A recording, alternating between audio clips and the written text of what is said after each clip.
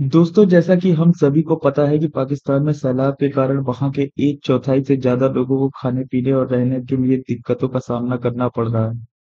अब यह खबर निकल कर सामने आ रही है कि पाकिस्तान में बाढ़ के कारण डेंगू और हैजा जैसी बीमारियां बहुत तेजी से फैल रही हैं। लेकिन इन बीमारियों से लड़ने के लिए पाकिस्तान में जरूरी दवाइयों की कमी पड़ गई है। इस बारे में पाकिस्तानी मीडिया ने क्या कहा, आइए देखें। बात उन्होंने कहा कि उनके पास एक 8 महीने की प्रेग्नेंट खातून बैठी थी और वो सीएनएन की जो एंकर थी, अमेरिका से गई हुई थी, वो कह रही थी कि ये बच्चे जान बचाने वाली दर्जनों अद्वियात मार्केट से गायब। लाहौर में शदीद किल्लत पैदा हो गई।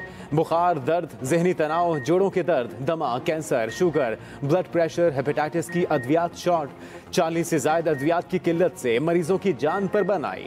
पाकिस्तान फार्मास्यूटिकल मैन्युफैक्चरर्स के मुताबिक वफाकी हुकूमत के सेल्स टैक्स की वजह से खाम माल की इंपोर्ट रुक गई। सेल्स टैक्स खत्म होने पर ही अद्वियात की मैन्युफैक्चरिंग मुमकिन होगी। लेकिन दूसरी तरफ अमेरिका, बरतानिया, फ्रांस, अमेरिका और बरतानिया तो कैश दिए आपको, 50 करोड़ अमेरिका ने दिए, 1 लाख। और जो बीमारियां फैल रही हैं उन बीमारियों का क्या होगा? जो बच्चे बेचारे मर रहे हैं। और उसके बाद सबसे इंपॉर्टेंट चीज देखें, बलूचिस्तान डिलीवर किस तरह करेंगे। और उसके बाद मैं आपको बताना चाहूंगा कि जो हालात है आपके, 3.5 करोड़ से ज्यादा लोग बेघर हो चुके हैं।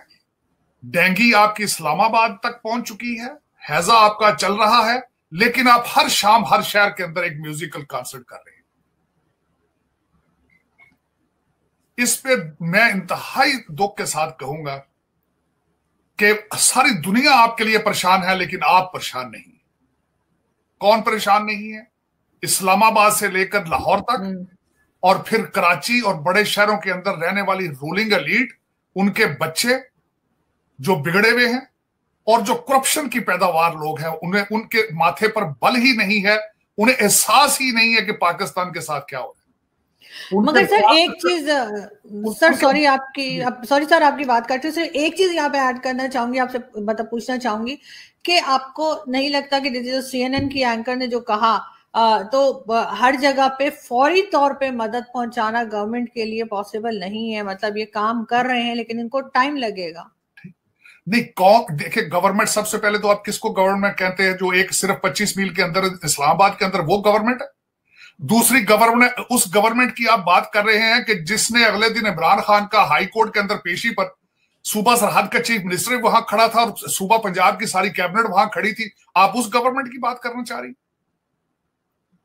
जो इमरान खान के आगे पीछे सारी गवर्नमेंट फिर रही है, आप उस गवर्नमेंट की बात कर रहे हैं? उस गवर्नमेंट की बात कर रहे हैं जिन्होंने एक दिन के अंदर 25 साल की टूटी हुई सड़क जो है गुजरात के अंदर, इमरान खान के दौरे की वजह से उसकी रिपेयर कर दी। आप उस गवर्नमेंट की बात बता रही हैं आप? देखिए, गवर्नमेंट से बात नहीं होगी आरजू, विल से बात होगी। आप करोड़ों, और इमरान खान पाकिस्तानी नहीं है। पीटीआई के जो मानने वाले जितने लौंडे लपाड़े, ये पाकिस्तानी नहीं है। आप करोड़ों से अरबों से अपने म्यूजिकल कॉन्सर्ट कर रहे हैं, तो उनकी तरफ क्यों तवज्जो नहीं दे रहे आप? गवर्नमेंट पॉसिबल नहीं है तो गवर्नमेंट पैसे मांगने के लिए तो बड़ी तैयारियां कर लेती। किस गवर्नमेंट की बात कर रहे हैं? किस गवर्नमेंट में? मेरे नजर में तो आप इस वक्त गवर्नमेंट फ्री है। You don't have any government there in Pakistan. कोई रूल ऑफ लॉ नहीं है, कोई रेट ऑफ गवर्नमेंट नहीं है, कहीं पे मुझे नजर नहीं आ रही। बिल्कुल आप कह रही गवर्नमेंट के लिए पॉसिबल नहीं है। गवर्नमेंट सिर्फ पैसे लेके बाहर अपने बच्चों को बाहर भेजने के लिए बिठाई है आपने। किस गवर्नमेंट की बात कर रहे हैं?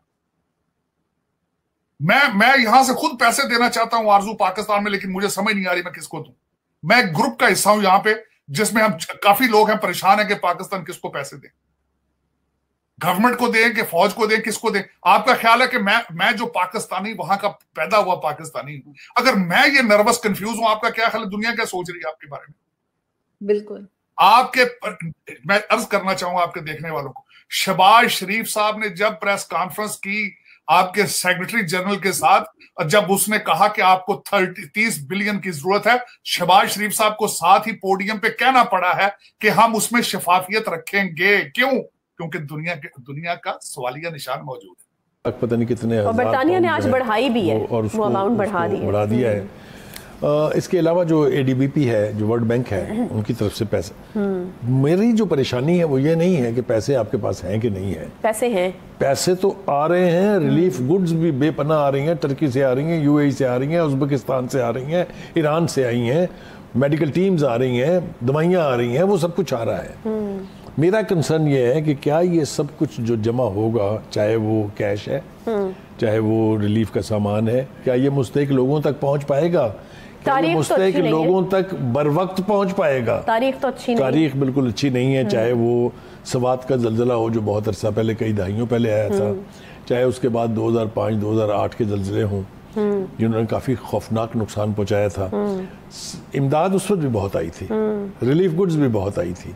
ये सूरत हाल हो गई थी कि ट्रक के ट्रक वापस करने पड़ रहे थे कि हमारे पास उनको रखने की गुंजाइश नहीं है, इतनी वो आ गई है। लेकिन हमने देखा कि कई साल गुजर जाने के बाद जिन लोगों को रिलीफ मिलना चाहिए था उनको हमने चीखो पुकार करते हुए सुना।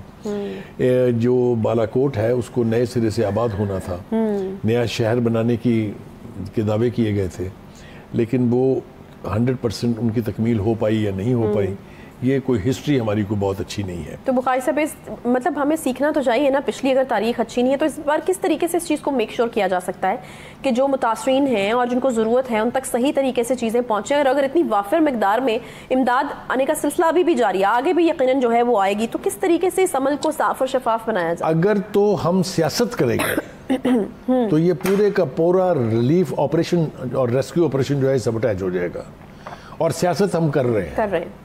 सियासत करने वालों को शर्म आनी चाहिए कि इंसानियत जो है वो इस वक्त हाथ फैलाए इंतज़ार कर रही है कि उन तक पहुंचा जाए।